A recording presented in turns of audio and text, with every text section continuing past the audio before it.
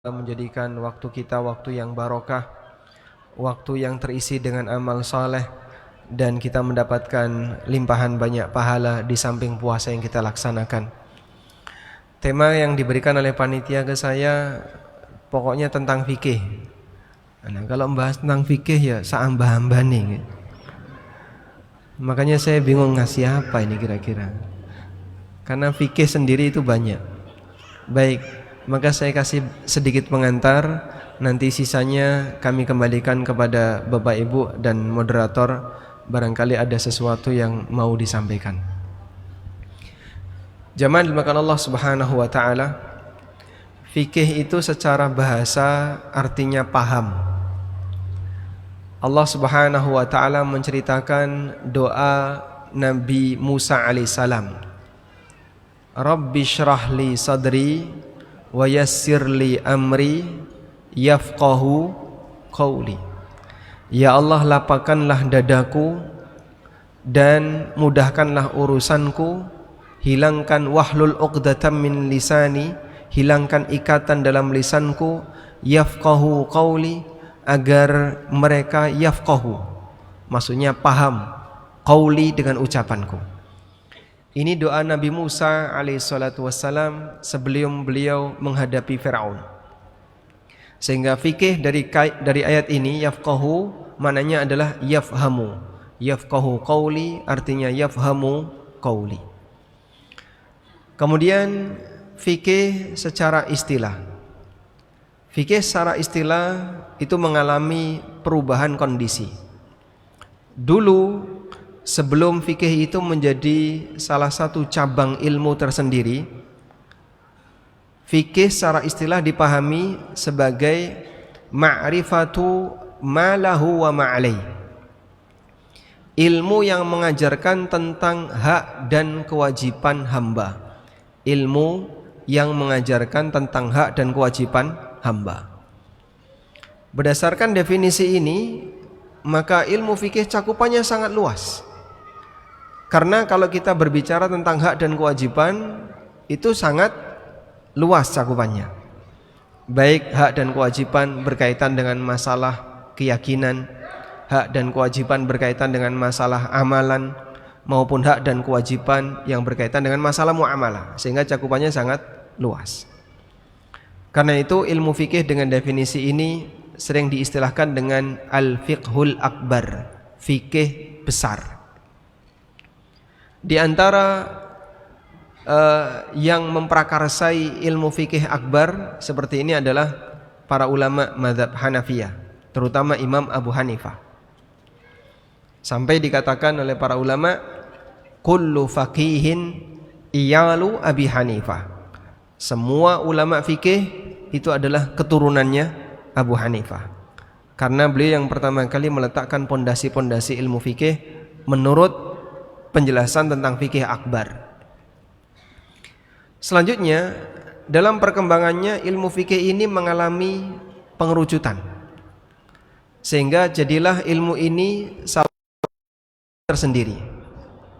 Nah, setelah ilmu fikih menjadi cabang ilmu tersendiri, maka diberi definisi oleh para ulama dengan al-ilmu bil ma'rif bil ahkami asy-syar'iyyah al-amaliyah al-muktasabah min adillatiha tafsiliyah. Ilmu syariat terkait amalan hamba yang disimpulkan dari dalil yang spesifik.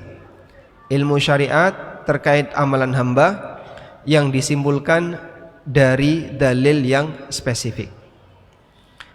Artinya setelah ilmu ini menjadi cabang ilmu tersendiri, dia hanya dibatasi untuk masalah amaliyah, amal perbuatan hamba. Sehingga di situ tidak membahas ilmu tafsir, tidak membahas tentang masalah validitas hadis, tidak membahas tentang akidah, tidak membahas tentang keyakinan, tauhid dan seterusnya, karena dia hanya dibatasi berkaitan dengan amaliyah, berkaitan dengan amal perbuatan hamba. Baik.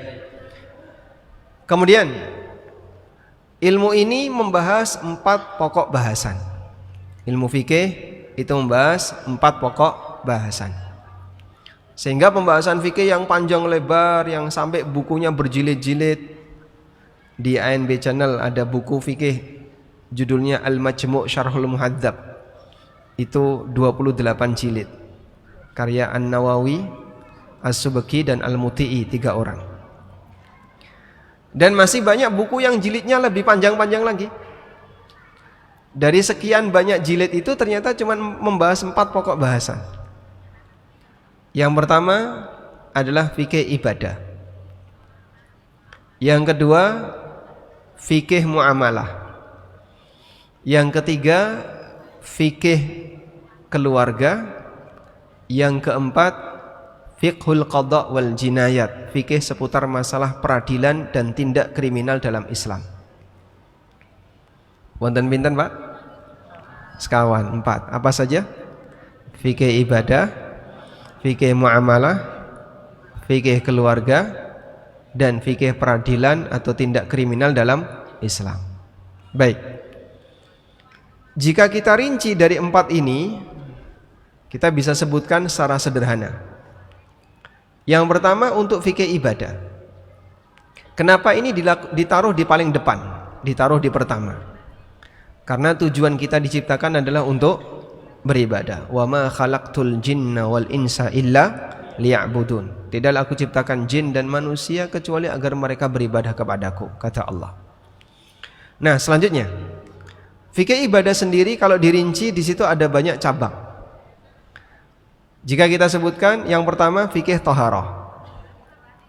Fikih thaharah ini membahas tentang masalah aneka seluk-beluk thaharah. Dari mulai mengenal apa saja itu najis, kemudian bagaimana cara membersihkan najis, mengenal apa saja hadas, bagaimana cara membersihkan hadas. Karena yang menjadi syarat orang untuk bisa sholat harus suci dari najis dan hadas.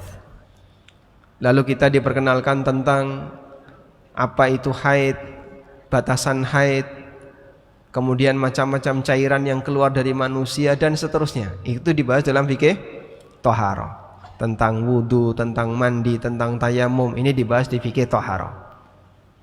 Baik. Yang kedua fikih sholat. Setelah thaharah apa? Sholat. Wah, ini lebih panjang lagi. Bahkan yang paling banyak menyita halaman kajian-kajian buku fikih itu adalah pembahasan tentang babakan sholat. Ini yang paling banyak. Karena detail tentang masalah sholat itu banyak sekali. Baik yang sholat wajibnya maupun sholat sunnahnya, baik sholat sendirian maupun sholat jamaah, itu aturannya banyak. Walhamdulillah kita diberi oleh Allah Subhanahu wa taala panduan ibadah yang lengkap. Maka jenengan nek pengen goleki, Pak, saya tuh pengen ngerti cara sholat seperti ini bagaimana? Ada panduannya. Selama itu adalah ibadah sholat yang disyariatkan dalam agama ini, pasti telah disediakan panduannya. Karena fikih tentang sholat ini yang paling lengkap. Baik. Setelah sholat, zakat. Ini juga lengkap. Sehingga penjelasan tentang zakat, kalau Bapak menggunakan pendekatan wartawan ya, 5WH.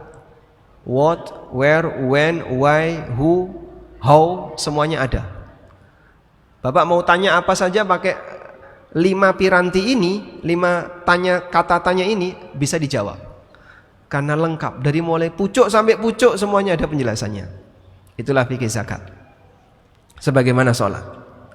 Makanya berkreasi berkaitan dengan masalah aturan zakat, sebab zakat itu sudah lengkap aturannya oleh syariat.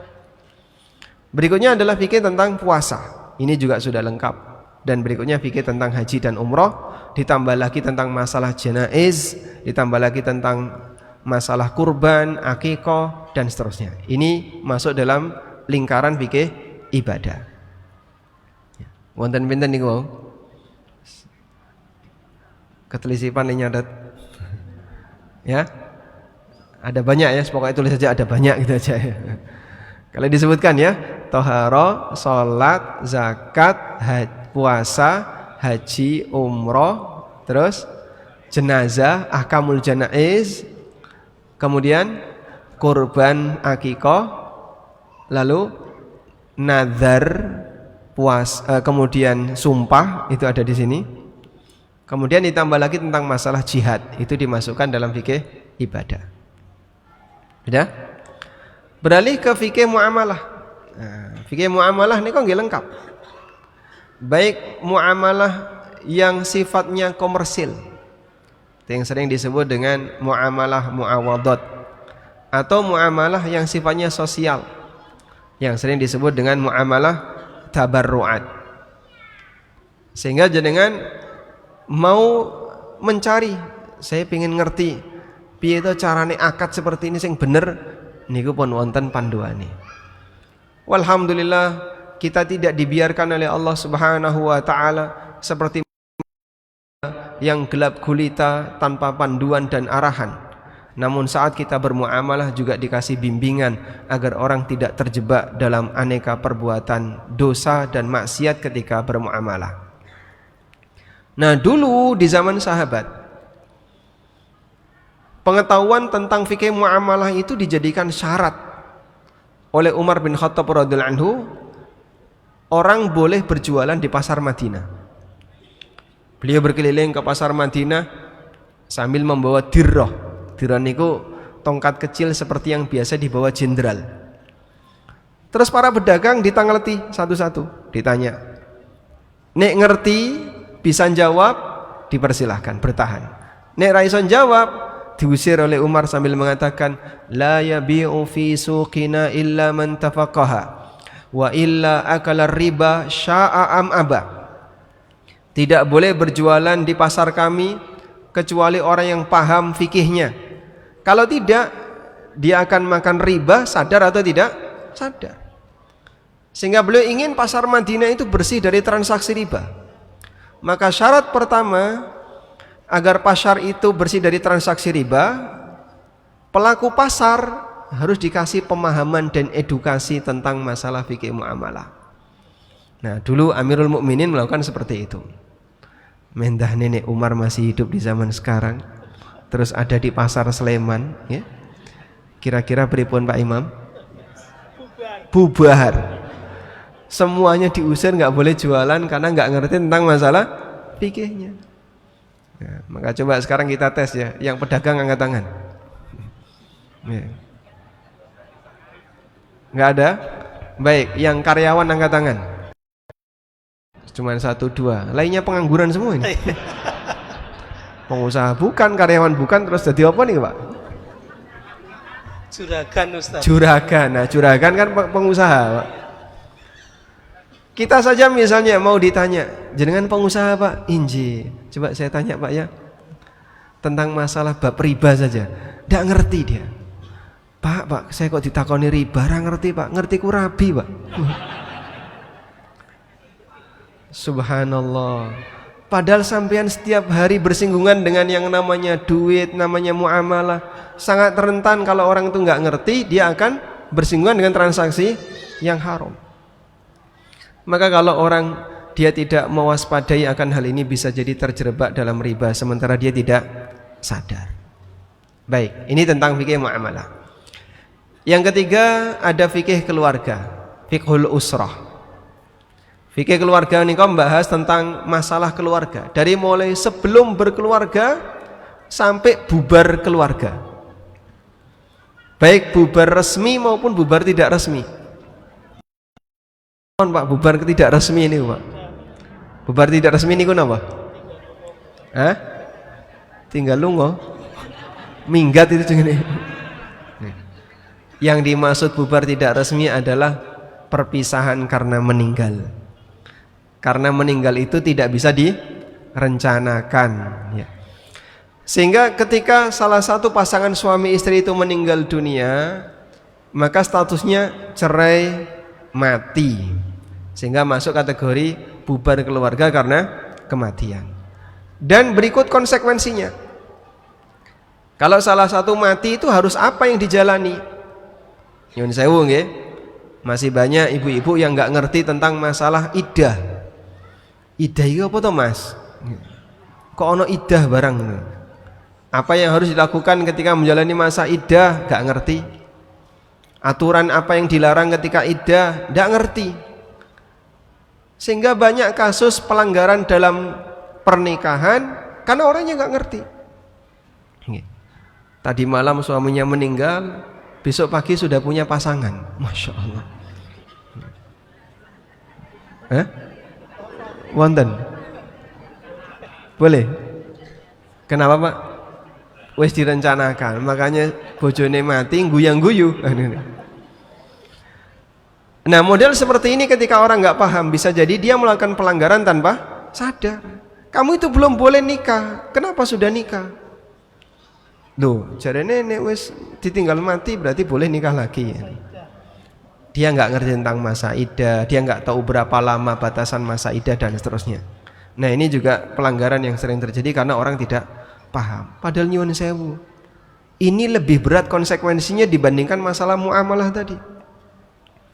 Karena kalau sampai terjadi hubungan badan, sementara dalam kondisi dia tahu ini nggak sah, maka statusnya gimana? Zina, nggak main-main dosanya. Makanya orang perlu mengenal ilmu, karena hidup ini tidak boleh asal-asalan. Di sana ada aturan di mana orang harus tahu bagaimana cara dia bersikap, baik bersikap dalam berkeluarga maupun yang lainnya. Demikian pula bubar yang resmi. Bubar yang resmi tegesin apa Pak? Terjadi perceraian. Kadang orang tidak ngerti cerai itu apa sih Pak? Ya kalau kamu mengucapkan kalimat seperti ini, lah wis bolak-balik ya Pak, pun ping pinten, mbah niku pun mboten ngitung. Padahal cerai maksimal berapa kali? 3 kali. Kalau lebih dari 3 gimana? Ya ora ono ceritane cerai dan lebih dari 3. Kalau sudah 3 kali, dia bukan istrimu. Terus pripun Pak niku Pak? Ya tidak boleh tinggal bersama, apalagi lihat aurat, apalagi sampai hubungan badan. Nah kula nggih ping 50 ngonten niku ya Pak. Subhanallah. Penyebabnya apa? Karena dia enggak ngerti. Loh, tapi katanya kalau cerai marah itu enggak boleh. Oh, cerai marah itu batal. Lah sing jenenge cerai kabeh yo marah to Mas. Apa ada dalam kondisi sedang saling mencintai, sayang aku ceraikan kamu ya? Ya ora tumon. Sehingga kadang orang nyari-nyari celah, nyari-nyari alasan untuk pembenaran kesalahan yang dia lakukan. Lah terus gimana? Bisa jadi karena nggak paham. Ada banyak keluarga yang sebenarnya mereka bukan suami istri, tapi mereka masih tinggal bersama. Nyun sewu Pak, bahkan mungkin usianya sudah sepuh. Aku gak ngerti, umurku wis 50, umurku wis swidak, umur 70 gak ngerti. Terus pripun niku Pak? Lah jenengan pripun? Dhisik pas waktu masih muda ya sering ngomong kaya ngono. Wis pisah wae lah. Timbangane kaya ngene, lo gue en. Masyaallah. Akhirnya apa? Sering sekali dia ngomong tentang perpisahan, tentang perceraian yang bagi kalimat cerai, sementara dia tidak sadar. Baik. Yang terakhir, fiqhul qadha wal jinayat. Fikih seputar masalah peradilan dan tindak kriminal dalam Islam. Di bagian ini kita mengenal ada istilah hukuman had, ada istilah hukuman ta'zir, ada istilah hukuman-hukuman yang diberikan oleh syariat. Dan di situ kita mengenal ada batasan kapan perbuatan seperti ini berhak dapat hukuman, batasannya kayak apa. Nah, kalau ada orang yang berpikiran seperti ini, syariat Islamku medeni Pak ya. Medeni pripun to Pak? Isine mong cambuk, potong tangan, rajam, kisos, itu kan medeni kabeh, semua kok berdarah-darah. Pak, sampean itu seperti orang buta yang disuruh mendefinisikan gajah. 3 orang buta diminta untuk cerita tentang gajah. Yang satu megang kaki, yang satu megang perut, yang satu megang telinga. Yang megang telinga bilang tipis dan lebar. Yang megang perut, oh gajah itu bunder gede. Yang megang kaki, gajah itu lonjong. Kenapa? Dia hanya melihat dari satu titik. Ada orang melihat Islam kok cuman lihat hukuman, ya kayak gitu jadinya. Itu seperti orang buta mendefinisikan gajah. Apa yang dia pegang, itulah yang dia ceritakan. Dia terlalu terbatas dalam memandang luasnya syariat.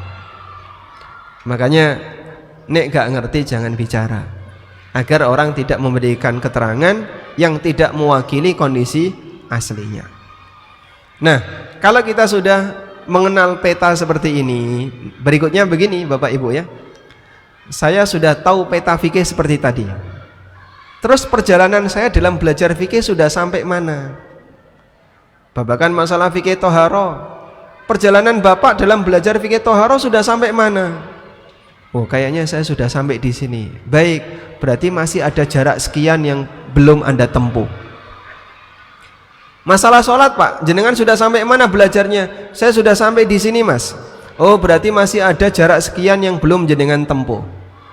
Orang kalau tahu peta ilmu, dia akan tahu seberapa ilmu yang belum dia ketahui. Ketika dia tahu peta ilmu, dia akan makin sadar kalau dirinya masih banyak yang belum tahu. Makanya Bapak Ibu yang dimuliakan Allah, pentingnya belajar. Sehingga dengan belajar kita jadi bisa mengenal siapakah diri kita dan bagian mana yang belum kita tahu. Imam Asy-Syafi'i rahimahullah itu pernah mengatakan, al-ilmu arba'atu arba'. Ilmu itu ada 4 tingkatan, 4 bagian. Ilmu yang pertama, yang ketika diketahui oleh seseorang, dia merasa dia itu sudah paling berilmu. Fadhanna annahu a'lamun nas. Dia menyangka kalau dia adalah orang yang paling berilmu. Wes apal matan kitab ini, wes apal iki, wes tahu belajar ini. Dia menyangka dia yang paling berilmu. Dah? Kemudian dia belajar lagi. Saat dia belajar lagi, dia merasa, loh, ternyata masih banyak yang belum saya tahu. Begitu dia belajar lagi, dia merasa ada banyak ilmu yang belum pernah dia kenal. Saat dia belajar lagi yang keempat, fase yang begitu dia belajar, maka dia akan merasa saya orang yang paling bodoh. Makanya semakin dipelajari, orang itu akan semakin merasa betapa luasnya ilmu. Niku kados dene ada orang renang di laut Pak. Laut itu kan begini, kemudian ada palung, gitu ya. Saat dia nyemplung pertama, duh, mau sak dengkul, wah berarti citek iki segorone. Dia baru pertama nyemplung. Lautnya dikiranya cuman apa? Sak dengkul. Sudah. Baik, kamu coba ke sana lagi. Sak dengkul terus ya, terus. Begitu terus sampai segini. Sampai selehernya. Wih, ternyata dalam ya. Berarti saya perlu menguasai bagian ini. Sudah? Jalan lagi terus. Saya bisa kalau segini, saya masih bisa menguasai. Jalan terus. Begitu jalan terus, tenggelam dia. Tenggelam. Wih, tenggelam. Tapi dia masih bisa naik ke permukaan. Begitu jalan terus, masuk palung dia. Masya Allah, betapa dalamnya lautan ini. Ternyata saya hanya makhluk kecil ketika dimasukkan ke dalam lautan. Ibarat plankton yang bisa terombang-ambing ombak, ketika dia sudah masuk ke dalam palung. Cilik. Kroso cilik kalau orang itu tahu betapa sedikitnya ilmu yang dia tahu. Makanya jamaah, orang semakin banyak belajar, maka dia akan semakin merasa dirinya bodoh. Wallahu a'lam. Masya Allah Ustaz. Pak Imam sudah siaga dari tadi. Iya. Tinggal 10 menit waktunya Ustaz. Masya Allah. Adzan jam 6. Sekarang jam, iya ada 10 menit. Ini tadi Ustaz menginformasikan, insya Allah banyak tanya jawab. Sebelum Ustaz datang, yang bertanya sudah banyak Ustaz ya. Masya Allah. Kita bacakan Ustaz. Izin bertanya yang Bismillah, izin Ustaz. Saya punya keluarga yang sakit akibat berhenti jantung dan tidak sadar 9 hari. Setelah sadar, fisik dan ingatan jadi lemah. Mengingat sholat dan puasa sulit, tapi kadang juga ingat. Kadang juga ingat. Pertanyaannya, masih dihukumi wajibkah sholat dan puasanya atau harus bayar fidyah? Wallahu a'lam, saya nggak tahu. Nanti bisa ditanyakan ke ustadz yang lain.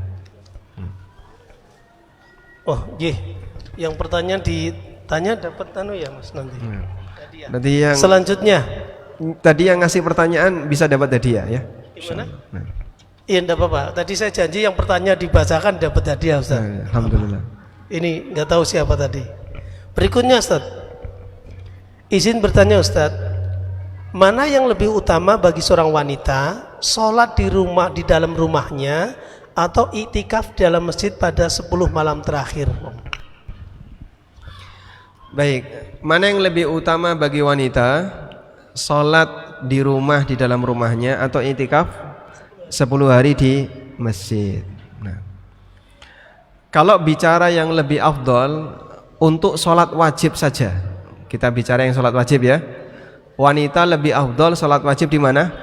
Di rumah daripada di masjid. Kalau yang sholat wajib saja lebih afdol di rumah, apalagi yang sholat sunnah. Pernah ada satu ketika seorang sahabiyat datang kepada Nabi SAW. Ya Rasulullah, kami ingin sholat bersama Anda. Kemudian Nabi SAW mengatakan, aku sudah tahu kalau kalian itu ingin sholat bersamaku. Namun kata beliau, wa buyutukunna khairul lakun, rumah kalian lebih baik bagi kalian. Coba bayangin jamaah, sholat di Masjid Nabawi yang ngimami Nabi. Seorang wanita datang kepada beliau untuk menyampaikan itu, kami ingin sholat di belakang Anda. Sholat di Masjid Nabawi yang ngimami Nabi. Tapi kata Rasulullah SAW, kau sholat di rumahmu lebih baik daripada sholat di masjid ini. Maka bisa dibayangkan, kalau perbandingannya seperti itu, padahal itu sholat di Masjid Nabawi yang ngimami seorang Nabi SAW, apalagi sholat di selain Masjid Nabawi, di Masjid Sleman yang imami bukan Nabi, maka tentu saja selisihnya tidak bisa dibandingkan. Oleh karena itu ibu-ibu, selama Anda bisa sholat di dalam rumah, insya Allah itu lebih baik pahalanya. Tapi kalau berbicara tentang iktikaf, nah amal iktikaf tidak bisa di rumah. Kalau jenengan pengen amal iktikaf harus ke masjid. Sehingga kalau pertanyaannya, boleh nggak wanita iktikaf di masjid? Boleh. Namun ada syaratnya. Di antara syaratnya wajib izin suaminya. Yang kedua, ada posisi yang aman dari berbagai macam pemicu fitnah. Aman dari berbagai macam pemicu fitnah. Misalnya dipisah, kemudian masjidnya tidak terlalu penuh dengan jamaah laki-laki. Kalau masjidnya kecil, penuh dengan jamaah laki-laki, perempuan sendirian di situ, wah, kayak gini lebih baik dia di rumah. Wallahu a'lam. Baik, jazakallah atas jawabannya. Pertanyaan berikutnya, Ustadz, apakah seorang mu'alaf yang masuk Islam pada tengah hari di bulan Ramadan, apakah dia wajib menahan tidak makan sampai waktu berbuka? Seorang mu'allaf yang dia masuk Islam tengah hari, berarti dia muslim sejak tengah hari. Pagi tadi dia non muslim, maka dia tidak wajib berpuasa. Begitu sudah masuk Islam, dia jadi muslim. Nah, sisa harinya ini, apakah dia harus menahan ataukah dia boleh tetap makan? Karena kan tidak ada istilah puasa setengah hari. Wonten-wonten Pak? Enggak ada. Yang namanya puasa itu ibadah mudayyak, ibadah yang waktunya terbatas, enggak bisa ditambahi, enggak bisa dikurangi.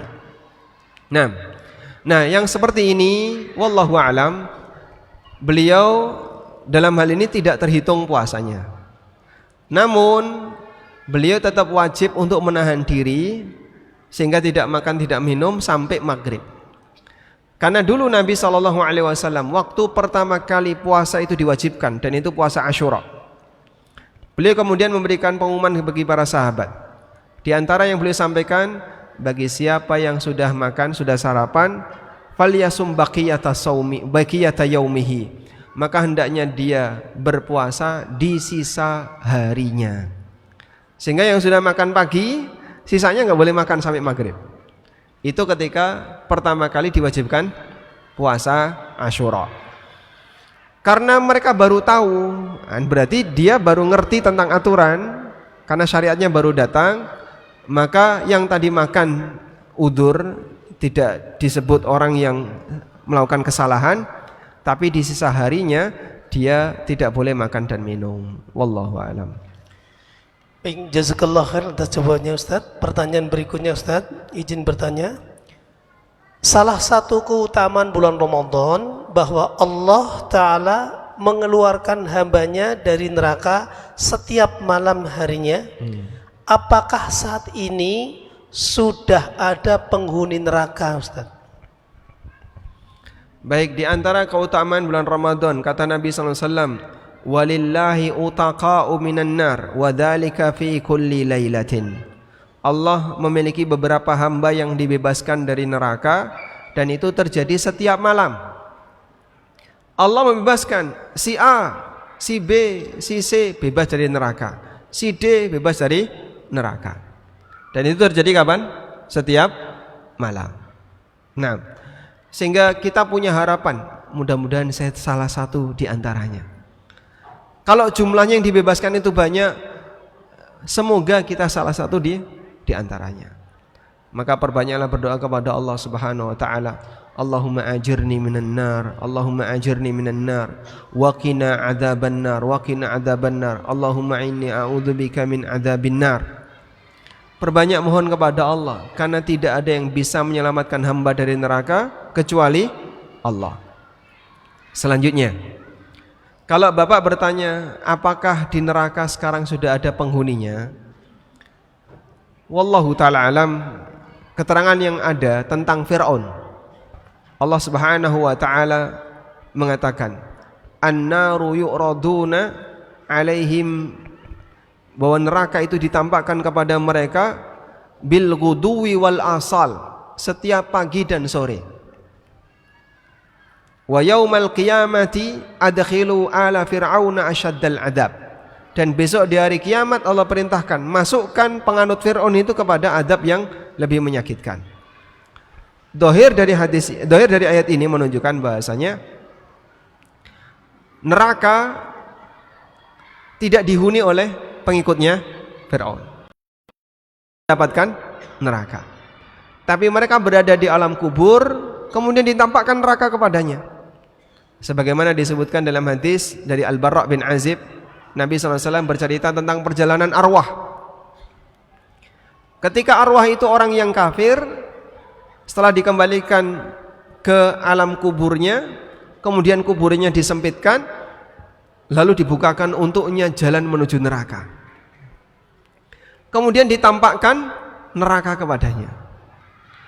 Kemudian dia terkena peletikan neraka, panasnya neraka dia kena. Nah, saat ditunjukkan tempatnya di neraka, maka si mayit kafir ini mengatakan, Allahumma la taqumis sa'ah, ya Allah jangan tegakkan kiamat, karena dia takut nanti kalau terjadi kiamat dia akan dimasukkan ke dalam neraka. Nah, kemudian nanti itu akan terjadi setelah hari kiamat. Maka pada saat hari kiamat terjadi, mereka dibangkitkan dari alam kubur, merasa betapa sebentar sekali kami berada di alam kubur, karena saat lagi mereka akan dimasukkan ke dalam neraka. Sehingga mereka mengatakan, man ba'atsana mim marqadina hadza ma wa'adar rahman wa sadaqal mursalun. Siapa yang menghidupkan kami, membangunkan kami mim marqadina, dari tempat tidur kami. Sehingga mereka merasa apa? Betapa sebentarnya mereka berada di alam kubur. Kok wis ngerti-ngerti wis kiamat. Orang kafir yang dimakamkan dari yang pertama, misalnya orang kafir yang pertama adalah yang ditenggelamkan di zaman Nabi Nuh alaihissalam. Mereka ketika dibangkitkan oleh Allah merasa sebentar, ngerti-ngerti kok wis kiamat. Padahal bisa jadi ribuan tahun jarak antara zaman sekarang dengan zaman banjir di masa Nabi Nuh alaihissalam. Itu pun mereka merasa sebentar, karena mereka akan menghadapi siksaan yang lebih menakutkan. Wallahu a'lam. Jazakallah khairan atas jawabannya Ustaz. Pertanyaan akan beri satu lagi Ustaz. Masya Allah. Baik, pertanyaan terakhir Ustaz. Izin bertanya. Oh, ini pertanyaan dari Juragan Emas, Ustaz. Medeni mesti. Ini. Ustaz, apa hukumnya beli emas dengan cara dicicil? Saat ini banyak perusahaan yang menawarkannya, Ustaz. Apa hukumnya beli emas dengan cara pecicilan? Dicicil. Karena saat ini apa tadi? Banyak perusahaan yang menawarkan. Baik, jadi begini. Emas itu berbeda dengan barang biasa. Karena emas ini merupakan benda khusus yang dijadikan sebagai alat tukar. Ngasih aturan. Adzabu bidzab riban illa ha wa ha. Adzabu bil fiddati riban illa ha wa ha. Emas ditukar dengan emas itu riba kecuali ha wa ha. Ha wa ha itu bahasa kita nyoh-nyoh. Artinya dari tangan ke tangan. Sehingga antara pihak satu dan pihak dua ketika bertransaksi emas dengan emas harus sama-sama ada. Ini emasku, ini emasmu, dipertukarkan. Itu boleh.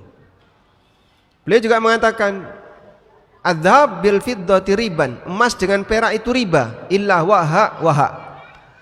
Emas dengan perak itu riba kecuali nyoh-nyoh dari tangan ke tangan. Artinya tidak boleh ada yang tertunda.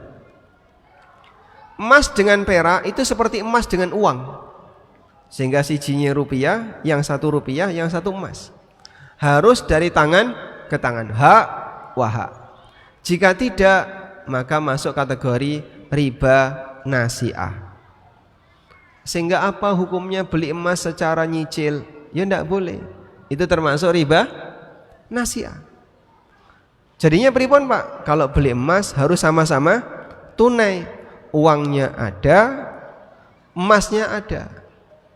Kalau salah satu tertunda, misal uangnya dulu, emasnya nanti, tak transfer sih ya. Engkau masih nek ketemu neng Masjid Sleman, nah, tidak boleh. Atau yang kedua, emasnya duluan, uangnya nyicil, ini juga nggak boleh. Praktek seperti ini masuk dalam kategori riba nasi'ah. Tapi jarene ana sing membolehkan, Pak.